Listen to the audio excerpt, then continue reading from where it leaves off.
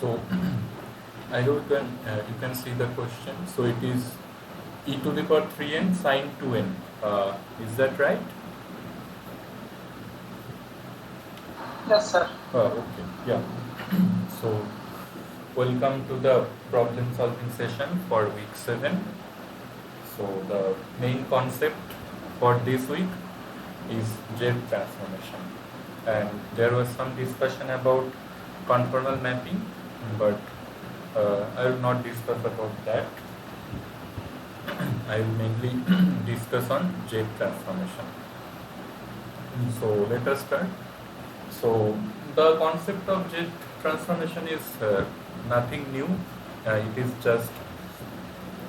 is just a Lorentz series or Taylor series expansion, but with a new name. The name is the defined, but the algorithm, how to tackle the problems are exactly the same. We have done these kinds of problems before.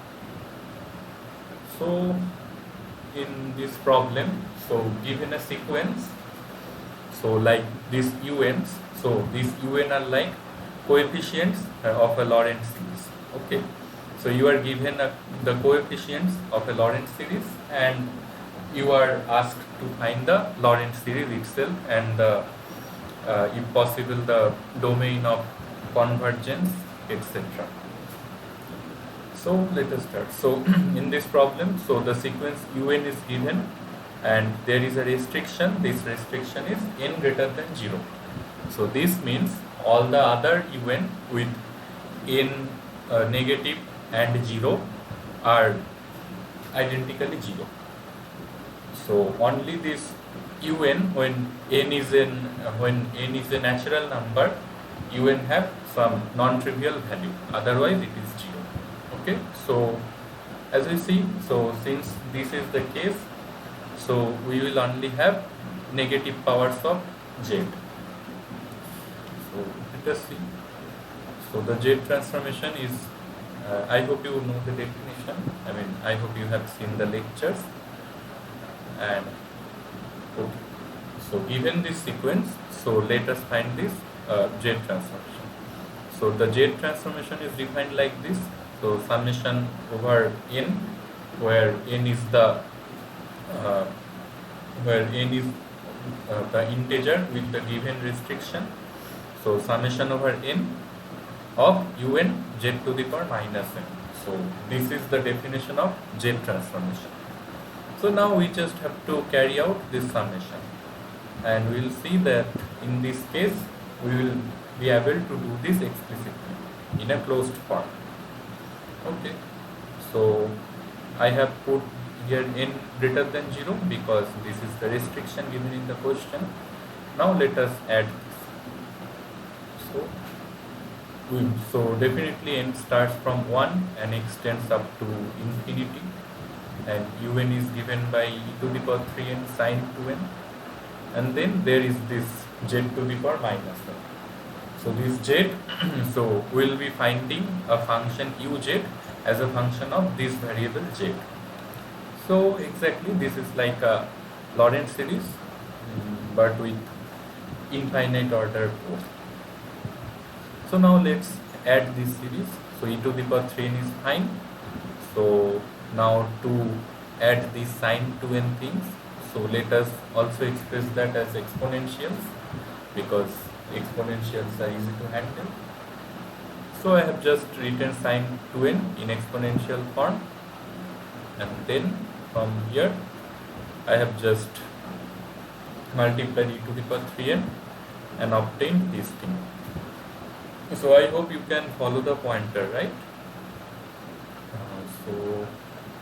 Okay, so please do that, and you will see that I have just multiplied e to the power 3n with the numerator, and then each term of the summation is expressed like this.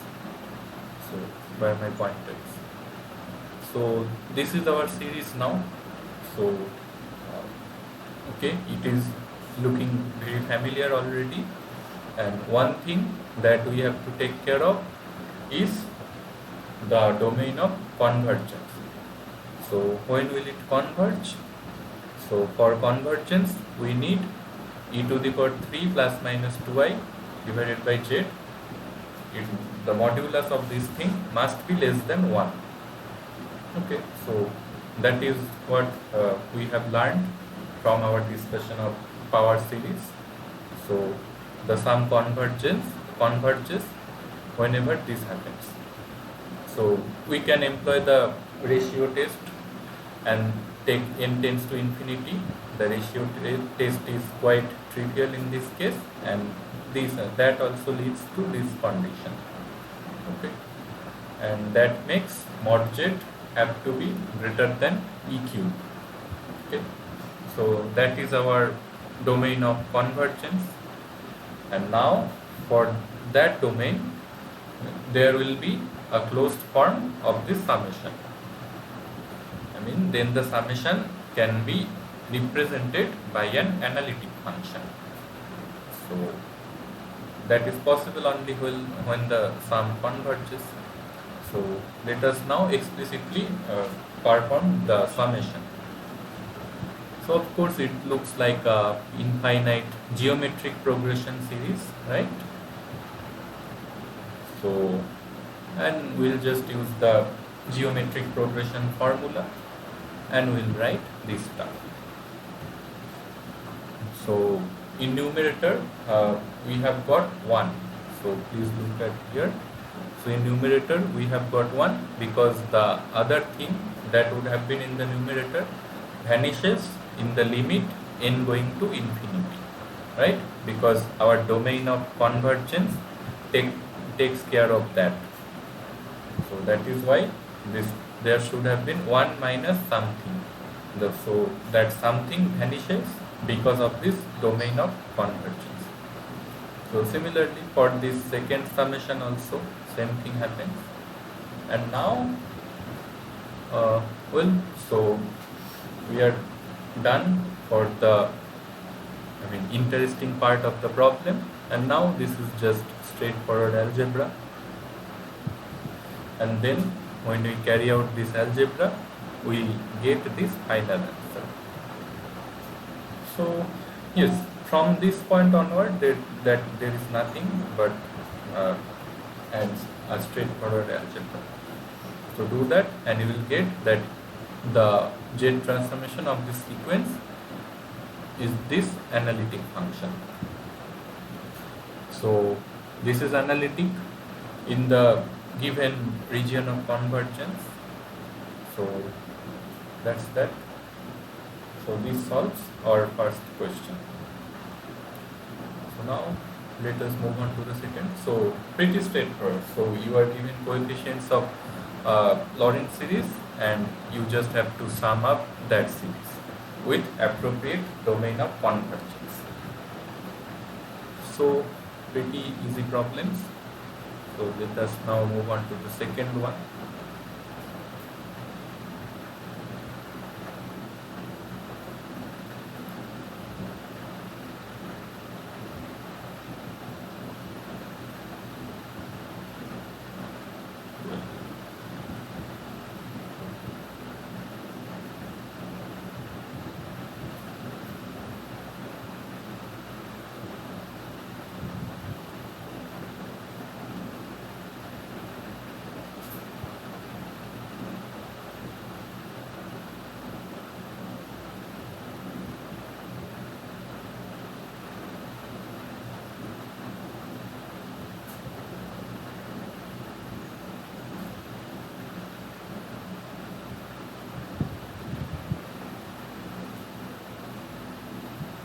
Well, so it seems like we have to go with this problem 4. So let us do that. So, okay.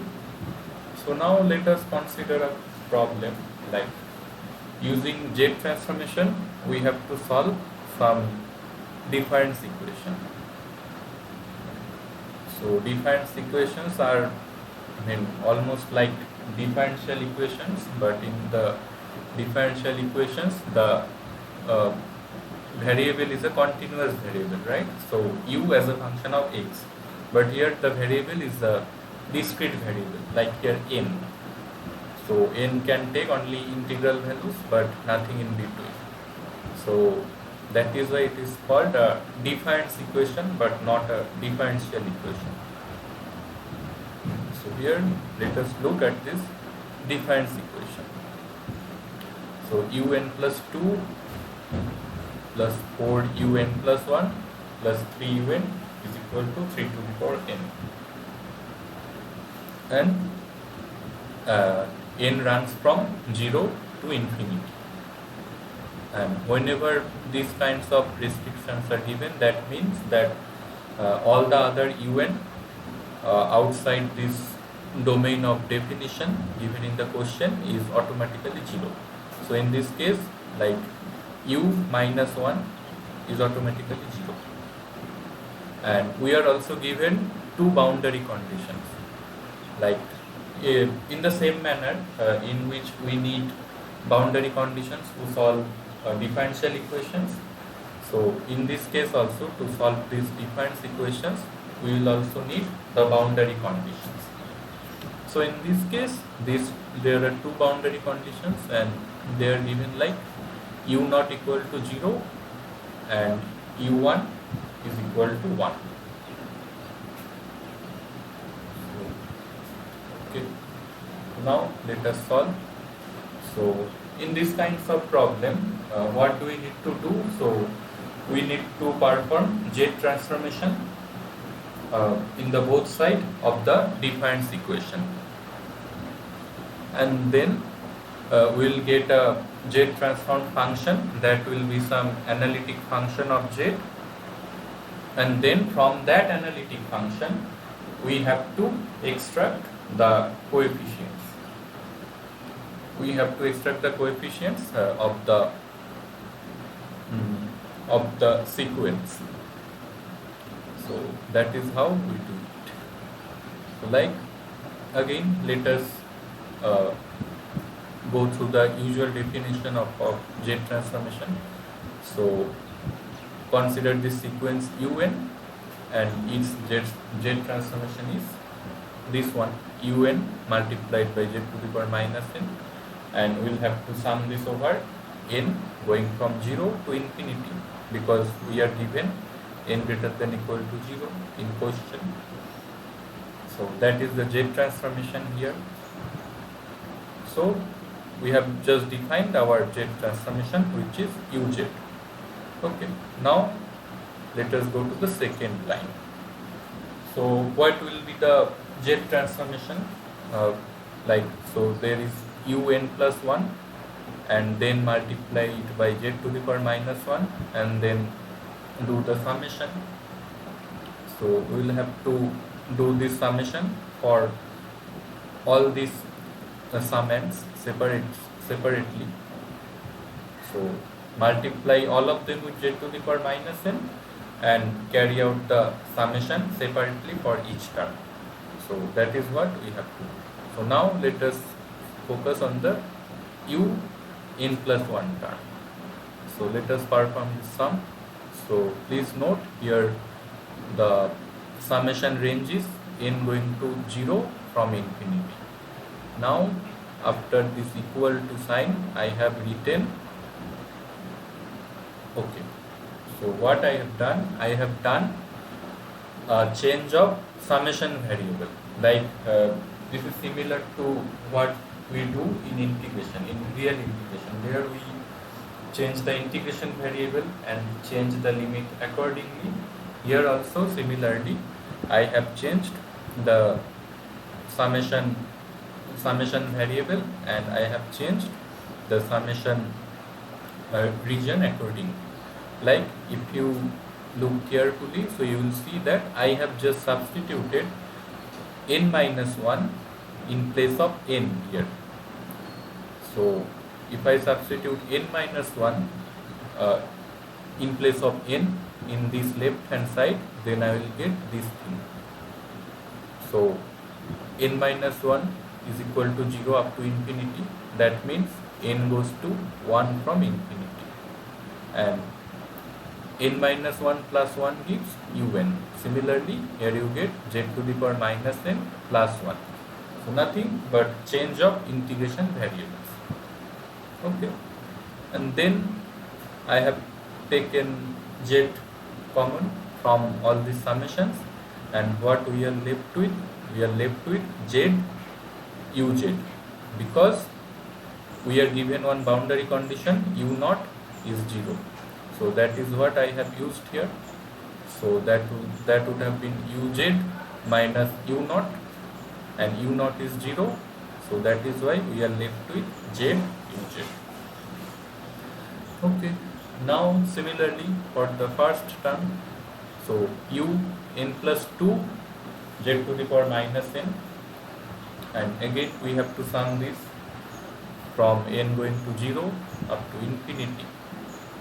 So again I have performed a change of summation variable, like I have put n minus 2 in place of n here, and I have got this thing, and then I have taken z square common, and then I have used these two boundary conditions, because after taking z square common, what we have got u to the power n z to the power minus un z to the power minus n, but the summation variable was n equal to 2 to infinity. But our definition of z transformation says the summation over n must be from n going to 0 to n going to infinity. So that is why I have to, so if we write here this uz, so we have to take out the contributions from n equal to 1 and n equal to 0 terms. So then let us use this boundary condition. So u naught is 0 again, and we have to substitute the value of u1 here. So that is what I have done, and so we are left with z square uz minus z. So this summation un plus 2 multiplied by z to the power minus n gives z square uz minus z. So this we have obtained using the boundary condition. So this is the significance of boundary conditions in these kind of problems. Okay. So we have discussed in detail the z transformation of the left hand side. Now let us look at the right hand side. Okay. So I have just written this z transformation of the left hand side, and this z comes from this minus z. So I have directly taken it to the right hand side, and then consider the z transformation of this sequence 3 to the power n. So again we have to sum over n going to 0 to infinity, and we have to sum this series 3 by z whole to the power n. And as we have become very familiar by now, so this summation should give us z divided by z minus 3, and of course the domain of convergence is mod z greater than 3, because you see, so for this summation to converge we need mod 3 by z less than 1, right? And that gives mod z greater than 3. So this is the domain of convergence of the z transformation, and so after performing the z transformation in the both side of the difference equation, so we are left with this uz. So until this point uz was a function that we have been denoting the sum of the sequence. So uz was nothing but that.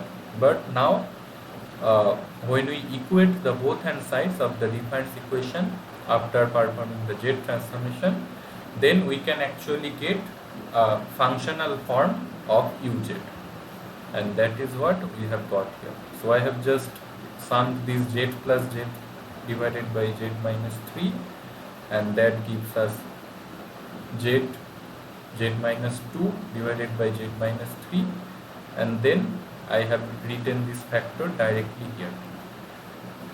So nothing but a straightforward algebra. You should do it yourself. So our uz is a rational function, right? So the numerator is a polynomial and denominator is another polynomial. So uz is a rational function, and now given this uz, we have to find the uns, right? So this is a z transformation of the sequence un. Now we have to find the uns from this z transformation.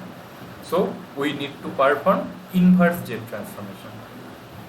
So given a z transformation uz, we now need to find the inverse z transformation that will give the coefficients un. Okay, and there are several methods to perform this inverse z transformation. So okay, so let us first simplify this uz. So after doing this algebra by observation, so no other ways. So by observation, uz equal to this thing. So I have separated out three what do you say, like three simple pole-like functions. So see, this uz is the sum of these three functions, and they are pretty simple looking, right? So uz is given by this in the domain of convergence mod z greater than 3. Okay, so now we'll perform the inverse z transformation. See, so from the definition of uz, so please follow the pointer. So from the definition of uz, we see this is sum over un z to the power minus n.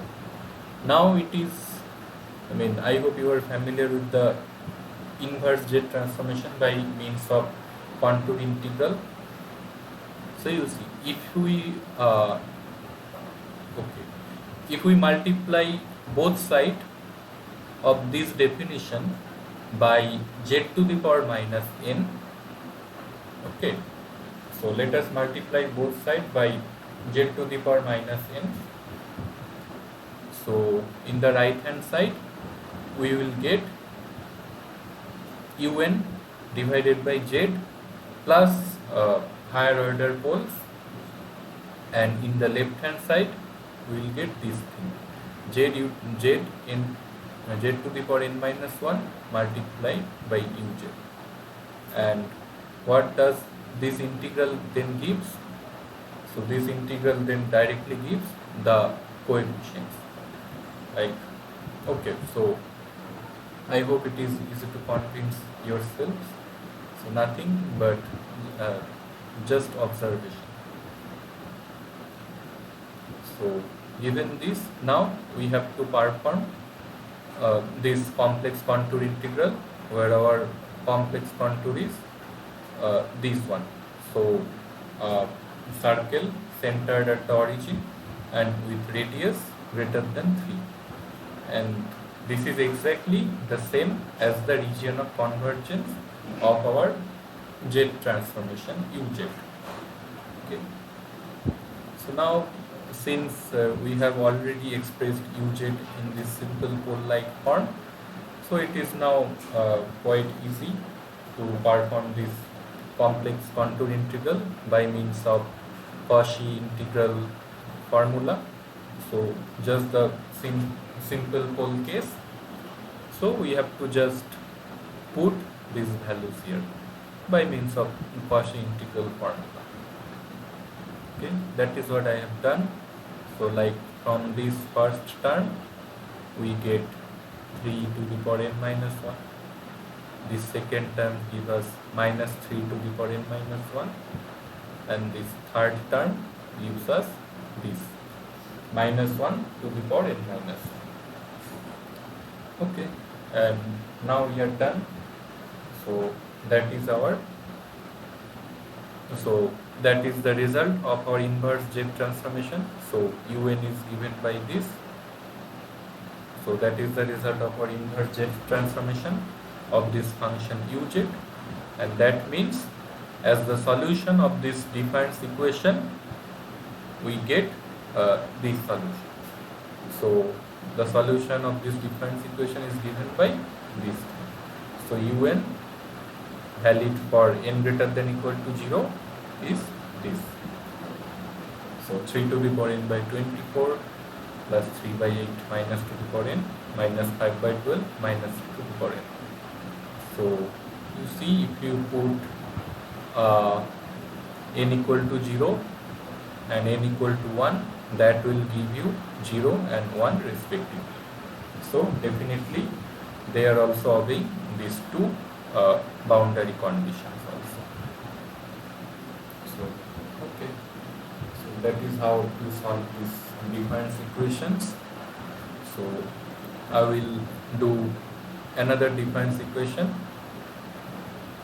but let's see when.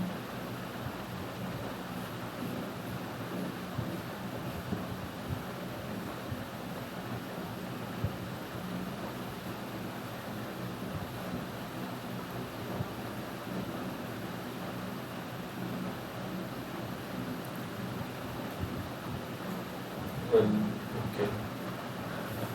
So yes, this is the problem. So that we particularly devote for discussing the inverse Z transformation. Right? So we are given a function. So we are given an a meromorphic function. So we have to find the inverse Z transformation. Right? So that means we have to find the coefficients of the sequence un. So we have to find the sequence un. So, and there is of course this region given, because in a particular convergence region that series may be represented by a meromorphic function. So the domain of convergence is very important. So okay, again, so let us start with the definition of the Z transformation. So the Z transformation is uj is equal to the summation of un z to the power minus n. Here I have kept the summation variable n unspecified. So actually we need to find out what will be the values of n for which un are non-zero. So that is part of the solution. So it is best to keep these summation variables unspecified whenever you are asked to perform the inverse Z transformation. And here I have written, so Z belongs to some domain B. But here we know that the domain is already given, so that is mod Z greater than 2. Okay. So if this is the Z transformation, and then the inverse Z transformation is given by this, the one that we have just discussed in the previous problem. So the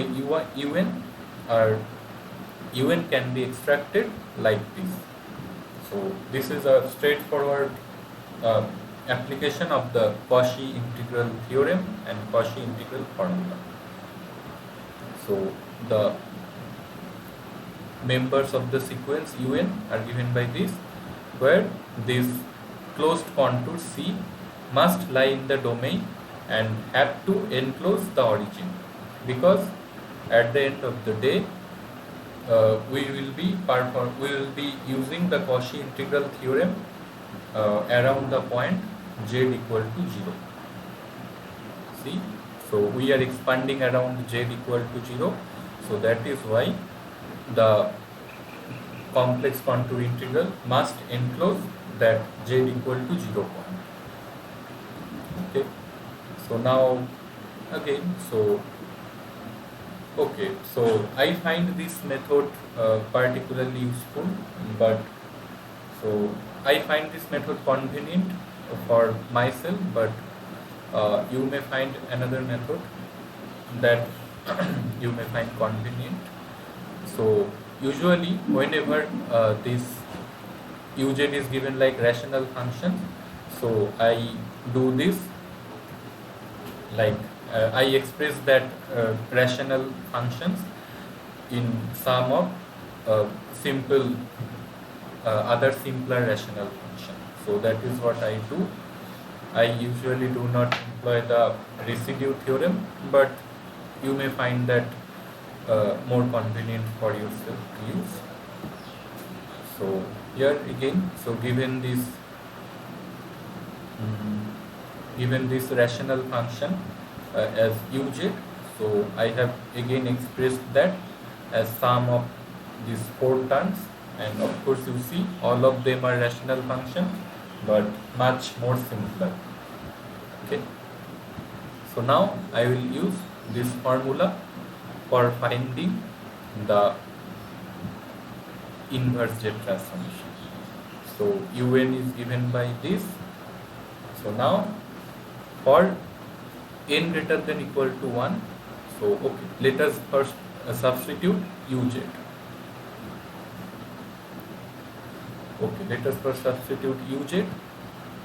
So this is our formula for un, and the domain of the contour around which we will be performing the integral is mod z greater than 2.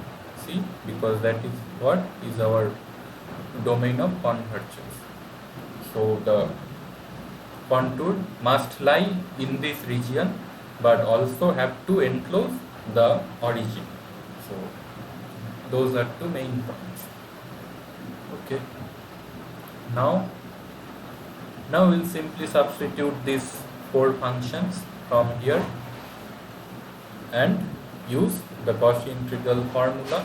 You see, these two are simple poles at z equal to 2 and z equal to, well, the z equal to 2 is the simple pole, but z equal to 1 is a second order pole. So a simple pole and a second order pole. Okay, so we have to at most use the first order Cauchy integral formula. So okay, so and I have also said that we do not know the range of n as of now. Okay, so we have to keep those possibilities open that n may take negative values also. So let us do this step by step. Like, let us first consider the case where n is a natural number. Okay, so when n is a natural number, that means this z to the power n minus 1 has so when n is a natural number, so z to the power n minus 1 is an entire function, right? Because it diverges only at infinity but not any finite value of z. So in the domain of definition, in the region enclosed by this integration contour, so z to the power n minus 1 is analytic for n greater than equal to 1. So we do not need to worry about some poles that might have come from this z to the power n minus 1. The only singularities come from uj. So as I said, so from z equal to 2 and z equal to minus 1. So let us then perform this complex contour integral. So the first term is 3. So 3 z to the power n minus 1. Of course, that is an analytic function, and by Cauchy integral theorem that should give 0. So no 3 here. Then the second term, 8 divided by z minus 2. This is a simple pole. So I have just substituted z equal to 2 here, and that gives 8 multiplied by 2 to the power n minus 1. Then this third term, so you understand what to do. So the third term gives minus 2, and the fourth term, so z minus 1 whole square. So this is a second order pole. So that means, well, this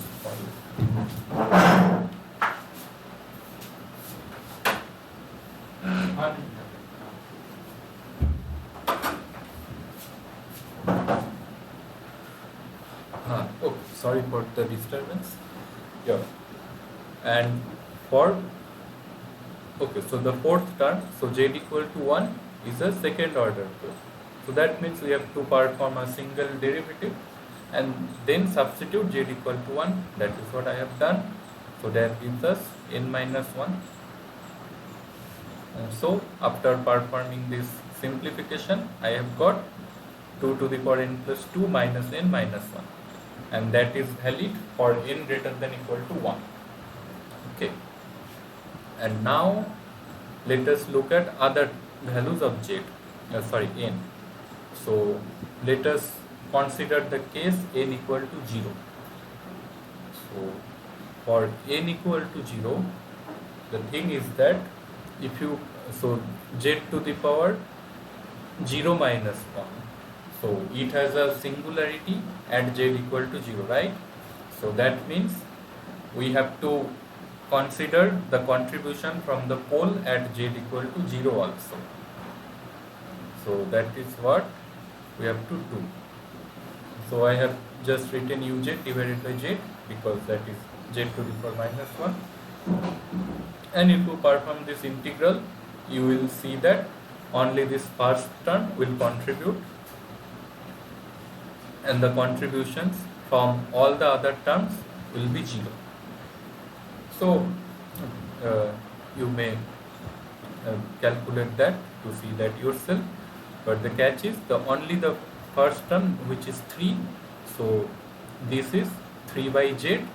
So we are doing this contour integral, and by Cauchy integral theorem that gives us 3, and all the other terms will give 0 result. Okay, so that means u naught is equal to 3. And then finally for n less than 0, the integrations will be 0. There again, so there will be a singularity at z equal to 0, but those will be higher order poles starting from the second order poles. So in addition to the singularities at z equal to 2 and 1, we will also have singularities at z equal to 0. And when we do the integration, we will find that u n less than 0 gives us 0.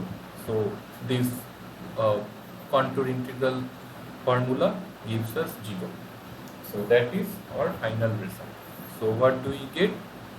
So we get that for n greater than equal to 0, this is 2 to the power n plus 2 minus n minus 1, and for n greater than and n less than equal to minus 1, un is 0. So that is the final result. And the problem with the assignment is that not a single option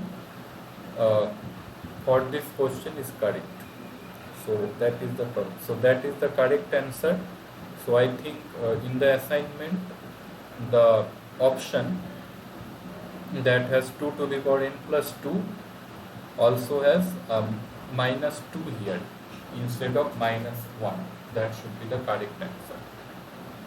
So I don't know what to do, but this is the correct answer, and all the options in the assignments are wrong. So, okay, that's that. Let us now move on to the next problem.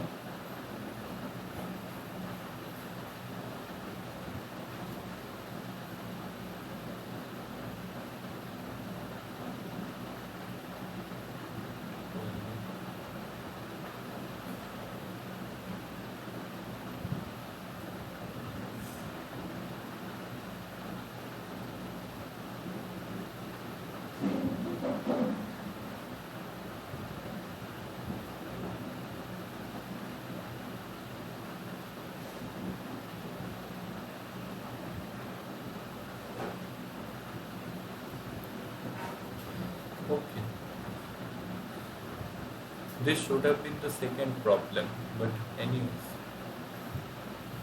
So, well, given a Z transformation of a sequence un, so the Z transformation is given as uz, and this is a rational function again, and the domain of convergence is mod z greater than 3. So we have to find the particular value of u3. So we do not need to find the general expression for un, but we have to only find the value of u3. Okay, how to do that? So in the previous two problems, we performed the integral method to perform the inverse Z transformation. But here there is another easier way to do it. So that is the simple series expansion. Okay, because we are asked to find a particular small value of n. So this is u3, and you see that it can be easily found by considering the expansion of these numerators and denominators in terms of power series. Okay, and the power series will be found by utilizing this domain of convergence. So let us start. So we are given that mod z is greater than 3. So that means mod of 3 by z is less than 1. That part is fine. And then accordingly we have to expand uz in the power series. You see the numerator is fine. So to expand the denominator, what do we need to do? 3 by z has modulus less than 1. So our power series will be, so the power series will be the power series of 3 by z. Okay, because that the modulus of that thing is less than 1, and the power series of 3 by z will be convergent because its modulus is less than 1. So let us extract j dot 3 to express the denominator as a function of 3 by z. Okay, so that is what I have done here. So I have extracted z from here, and the thing inside bracket is a function of 3 by z. Okay, so, and that means this multiplied by this. So 1 minus 3 by z to the power minus 3. So this part is fine, there is nothing much to expand, but the infinite series will come from this thing. So 1 minus 3 by z or to the power minus 3. That has infinite power series expansion as the binomial series with negative power. So now I have also expressed this front factor as a power series.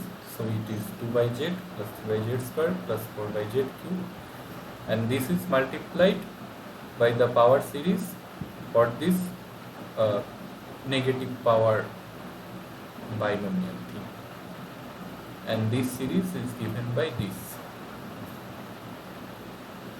So this series is given by this, and that is simplified as n plus 1 multiplied by n plus 2 divided by 2 and multiplied by 3 by z all to the power n. So that is the infinite series for this binomial expansion, and then after doing this series expansion we now have to find u3. And how can we find u3? We have to, so u3 is the coefficient of z to the power minus 3, right? And that means we have to collect the coefficients of z to the power minus 3 from the multiplication of these two series. So this one, the front one is a small series of 3 terms, but the second one is an infinite series. So from the multiplication of these two series, we have to find the coefficients of z to the power minus 3, and that will give us u3. So that is what I have done. So in this, so please follow this pointer. So I am pointing at the last line. So I have explicitly written this the first few terms of the infinite series, and these are 1 plus 9 by z plus 54 plus z square plus higher order terms, and it is easy to convince ourselves that these higher order terms will not give any 1 by z cube terms when they are multiplied with this front factor, right? Because they will be of order 1 by z cube, and they have already 1 by z3. So that so we will get at least 1 by z to the power 4 from these higher order terms. So we do not need to write them. So these three terms will suffice to uh, find the coefficients of z to the power minus 3, and when we do that, we get this result. So 139. So how to do that? So I have done, like, consider, so 2 by z multiplied by 54 by z square. This gives 1 by z cube. So this is 108 divided by z cube. So this is this contribution, and from this 3 by z square we have to multiply it with 9 by z, and that gives us 27 by z cube.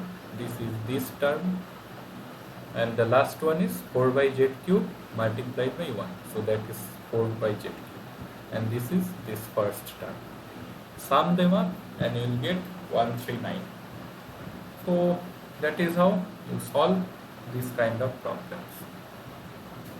Okay, so pretty straightforward. So let us now move on to the next one quickly.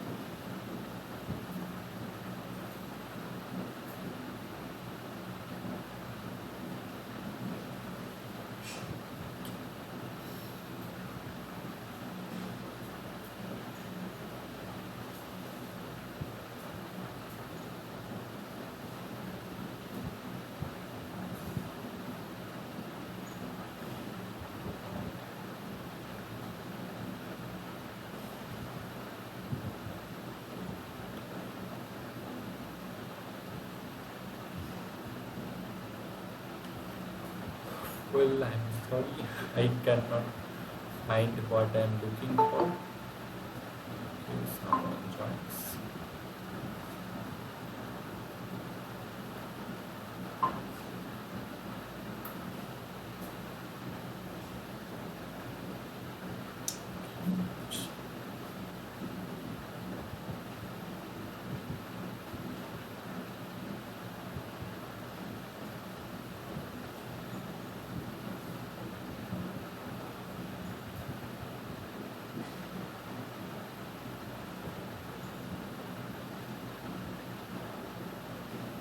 Well, finally.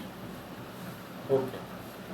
So there is another concept, but that is more of a fancy concept, but not of much use. But as that has been asked in assignment, so I have decided to discuss on that. So we have to use the convolution theorem to find the inverse Z transformation of a given function.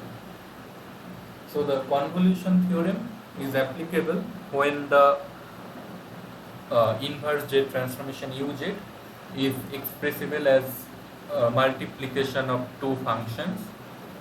So the inverse Z transformation is already factorized, and then we will perform series expansion for each factors, and then we will compare the coefficients from those two series, and finally write the coefficients of the original UZ. So the central thing is to perform series expansion separately for each factors. So that is what it means to use the convolution theorem. So here we have to use the convolution theorem to find the inverse Z transformation of UZ, and that is 1 by Z minus 3 multiplied by Z minus 2, and the domain of convergence is mod Z greater than 3. Okay. And you see our inverse Z transformation UZ is already factorized. The domain of convergence is mod Z greater than 3, and that means mod 3 by Z is less than 1. Okay.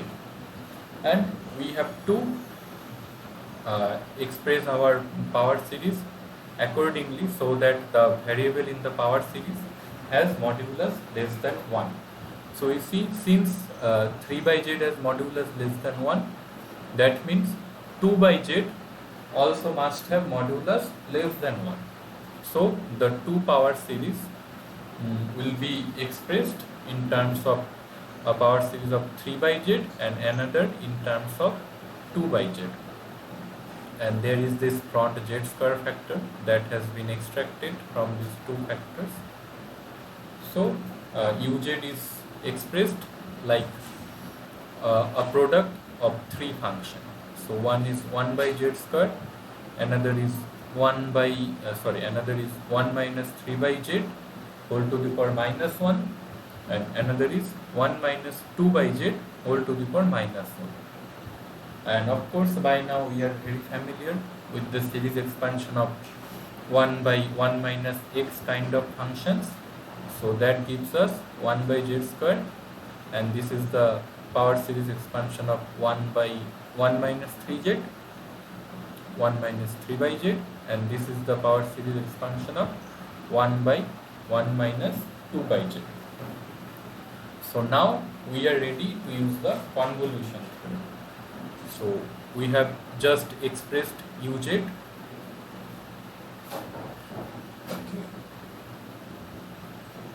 We have just expressed UZ as a multiplication of two power series. Now we have to use the convolution theorem.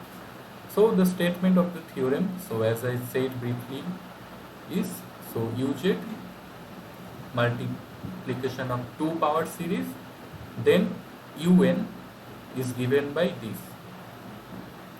So summing over all M and M dash, that that has the summation of n. So this symbol means that we are summing over all M and M dash, but M and M dash are constrained such that M plus M dash has to be n. So except this constraint, there is no other restriction on the values M and M dash can take. Okay, so that is what this symbol means. And similarly, so since M plus M dash is n, that means only one of M or M dash is independent. So I have chosen M to be independent, and I have expressed M dash as n minus m. So that is what I have written here. So that means UN is summing over all possible M, and the summand is AM multiplied by B n minus m. So that is the convolution theorem. We have to use the same thing here also. Similarly, we have the power series here, as we have just discussed, and that must be equal to some Z transformation of some sequence. Let us write that Z transformation like this. So un z to the power minus n and summing over all values of n. Right now we do not know the allowed range of n, so we are taking n to be any integer, like any positive or negative integer, extending from minus infinity till infinity. Okay, and you see there is this z square thing, 1 by z square thing. So now from here I have taken this 1 by z square thing here. So like I have multiplied both sides with z square so that I get this thing. So un z to the power minus n plus 2 is the product of these two power series. Now we have to use the convolution theorem. Now we have to use the convolution theorem.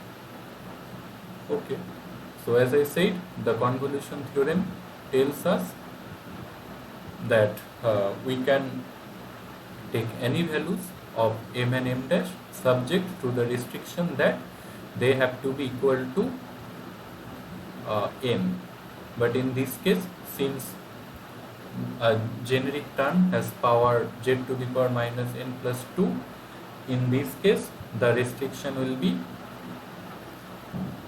m plus m dash is equal to n minus 2. So please look at this last term. So in this case we have this summation and this restriction. So in this case am is 3 to the power m and bm dash is 2 to the power m dash. Okay, and m dash, so as we see here, m goes from 0 to infinity, m dash also goes from 0 to infinity. That part is fine, but m plus m dash must be equal to n minus 2. Okay, then again I choose to treat m as the independent variable. That means I express m dash in terms of m, and that means we have this restriction. So m dash greater than 0 means n minus 2 minus m greater than equal to 0, and m dash is n minus 2 minus m. Okay, so now we get the range of m over which the summation have to be, the convolution summation have to be carried out, and that is m going from 0 up to n minus 2. Okay, so now this is easy to carry out this sum. So I have taken 2 to the power n minus 2 common, and the summand then is 3 by 2 all to the power m, and this is a finite geometric progression series, and we can easily calculate it to be to get this final result, 3 to the power n minus 1 minus 2 to the power n minus 1. Okay, and you see the summation range here was from 0 to n minus 2, and since the summation range is, the maximum value of m is n minus 2 and minimum is m equal to 0, that makes sense only when n minus 2 is greater than 0. Otherwise there will be no summation and we will directly write un to be 0. So that is what I have written here. So n minus 2 have to be greater than 0. So for n greater than equal to minus 2, our un is given by this, the thing that we have just calculated. But for n less than equal to 1, and that means for n minus 2 less than 0, un is automatically 0, because we are getting no contribution from there. And you can also directly see it from here, right? So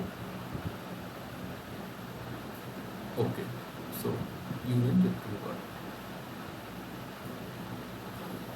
Well, so the from this if you multiply these three terms, so you will only get negative powers of n, right?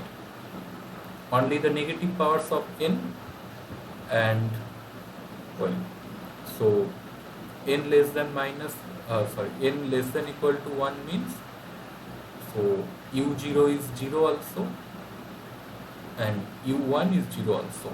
So u1 is 0 is can also be seen from here.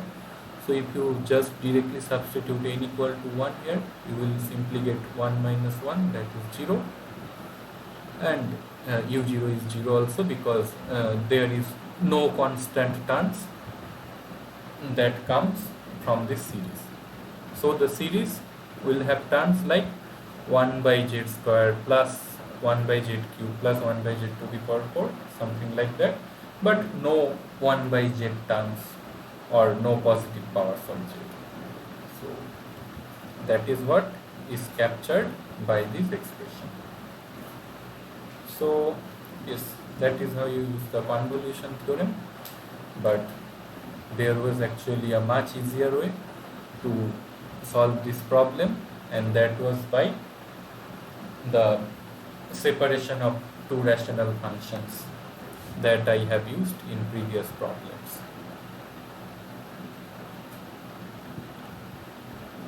So we are actually late, but I would like to take another 10 minutes, so up to 4:15.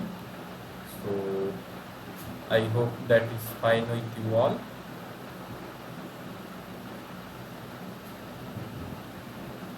So if not, please let me know.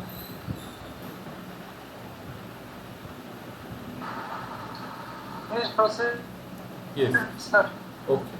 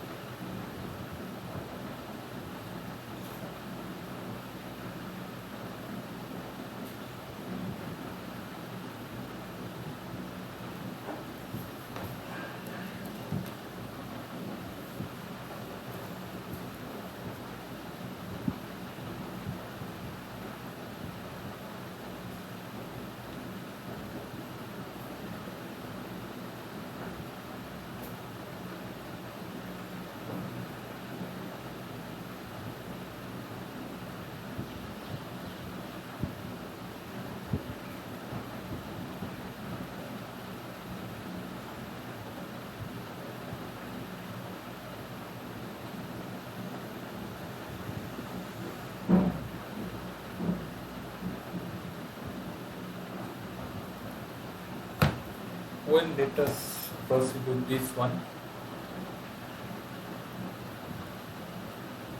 So we have to find a conformal transformation which maps this given region, so 0 to Rz less than pi by 6 onto the right half of the W plane. Okay. So in the previous session we have only discussed, so we have mainly discussed on bilinear transformation, right? But here we will see much more general conformal transformation. So we have to find a conformal transformation that does this. So mapping the right half of the W plane onto this region, 0 to Rz to pi by 6. So that is like an infinite semicircular arc, not semicircular but infinite circular arc. So real W, so right half of the W plane. So how do we define the right half of our complex plane? That means real W must be greater than 0, and that is the definition of the right half plane, because right half plane is dictated by the positive x-axis, and on the positive x-axis we have real W greater than 0. Okay, so real W greater than 0, and that means argument of W is less than pi by 2 but greater than minus pi by 2. See, in the right half plane, so the first quadrant and fourth quadrant are included. Okay, and in the first quadrant and fourth quadrant, the argument of a complex number goes from minus pi by 2 to plus pi by 2, right? So yeah, we are considering the parameterization where theta goes from minus pi, starting from the negative real axis, going a full circle to plus pi, again on the negative real axis. So we are using that parameterization, and in that parameterization, the on the right half of the w plane, rw argument of sorry yeah modulus of rw is less than pi by 2, and we are also given this constraint, so 0 rz less than pi by 6. So let us just simply multiply by 6 all these things, so that this 0 is less than 6 rz less than pi, and we know that in this parameterization, so minus pi to pi parameterization, so argument of I is pi by 2, right? So if we subtract pi by 2 from this from all the terms of this inequality, what do we get? We get minus pi by 2 less than minus arg I plus 6 rz less than pi by 2. And then I have just used the argument formula. So 6 rz means argument of z to the power 6, and argument, so minus arg I, so that means argument of z to the power 6 divided by I, and that means argument of minus I z to the power 6.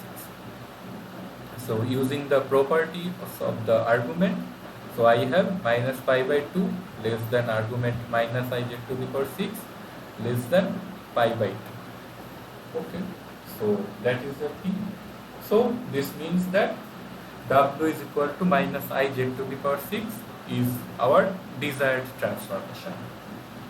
So of course there may be other transformations, but this has been carried out in view of the options that was given in the assignments. Okay, so we have just found a transformation w minus I z to the power 6. So pretty easy problem. So let us now try to go to the final problem. Okay, if there is a shortage of time, I will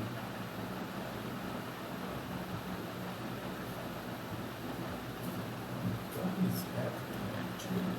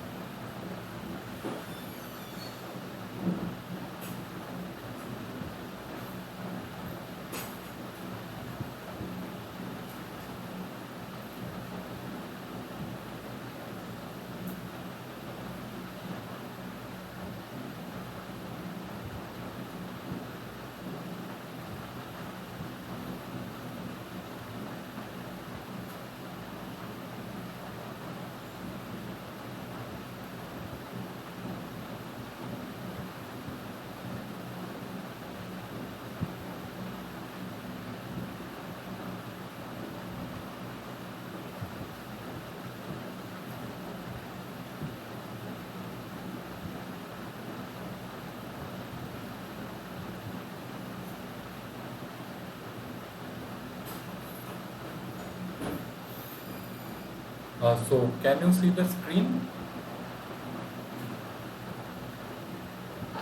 No, sir. Oh no, okay.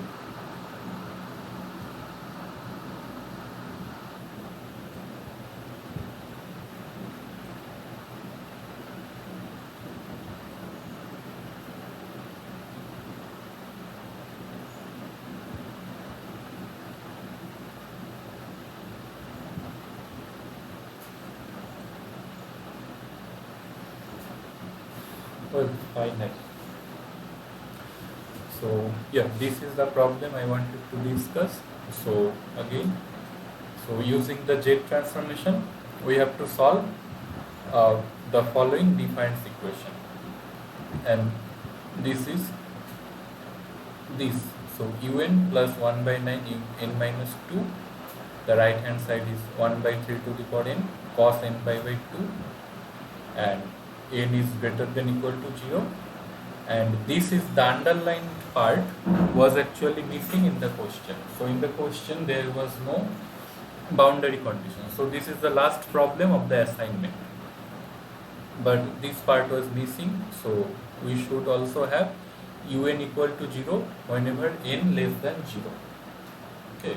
So subject to this boundary condition, we have to solve the difference equation using jet transformation. Okay, and we are also told that n greater than equal to 0. That means so un only un can only be non-zero whenever n greater than 0.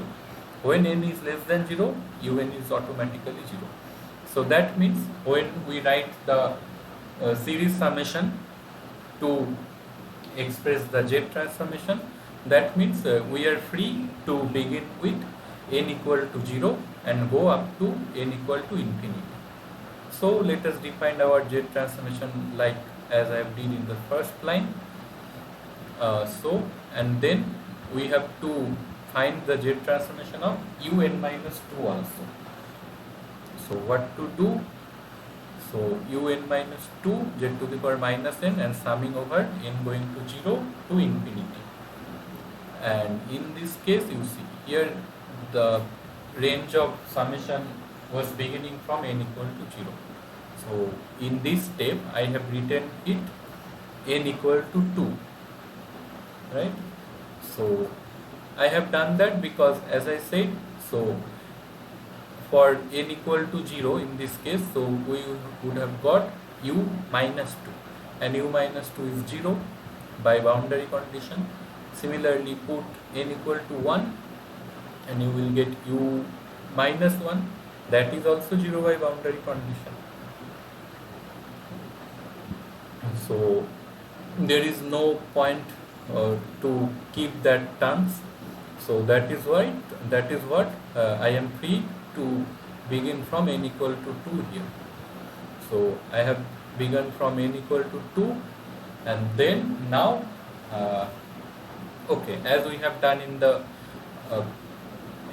in our problem 4, so we changed the range of the summation, so that we can also use that trick here. So put n plus 2 in place of n and change the range of summation accordingly. So you will get un here you will get z to the power minus n minus 2, and you will get n equal to 0 to infinity, and that is why you get a z to the power minus 2 factor overall multiplied by uj. So please do it yourself. You will see that there is nothing mysterious going on, just simple change of summation ranges. So now let us substitute this z transformation. So that is what I have done in the left hand side, and in the right hand side I have to find the z transformation of the right hand side. Again, n starts from 0, so we can straightforwardly perform this series summation, and this series summation gives us this. And the range of convergence is mod z greater than 1 by 3. Okay, so I am not explaining the whole thing, so you can easily convince yourself. So uz is this function, so I have just taken this factor in the right hand side. So uz is this function, and now I have chosen to employ the inverse integral transformation to find the inverse z transformation, because we have to find the inverse z transformation that will give us the solution of the difference equation. So I will perform the inverse integral transformation. That is what I have done here. So this is our integrand, and n is greater than equal to 0, because that is what is given in the question. And now this is straightforward. Now you can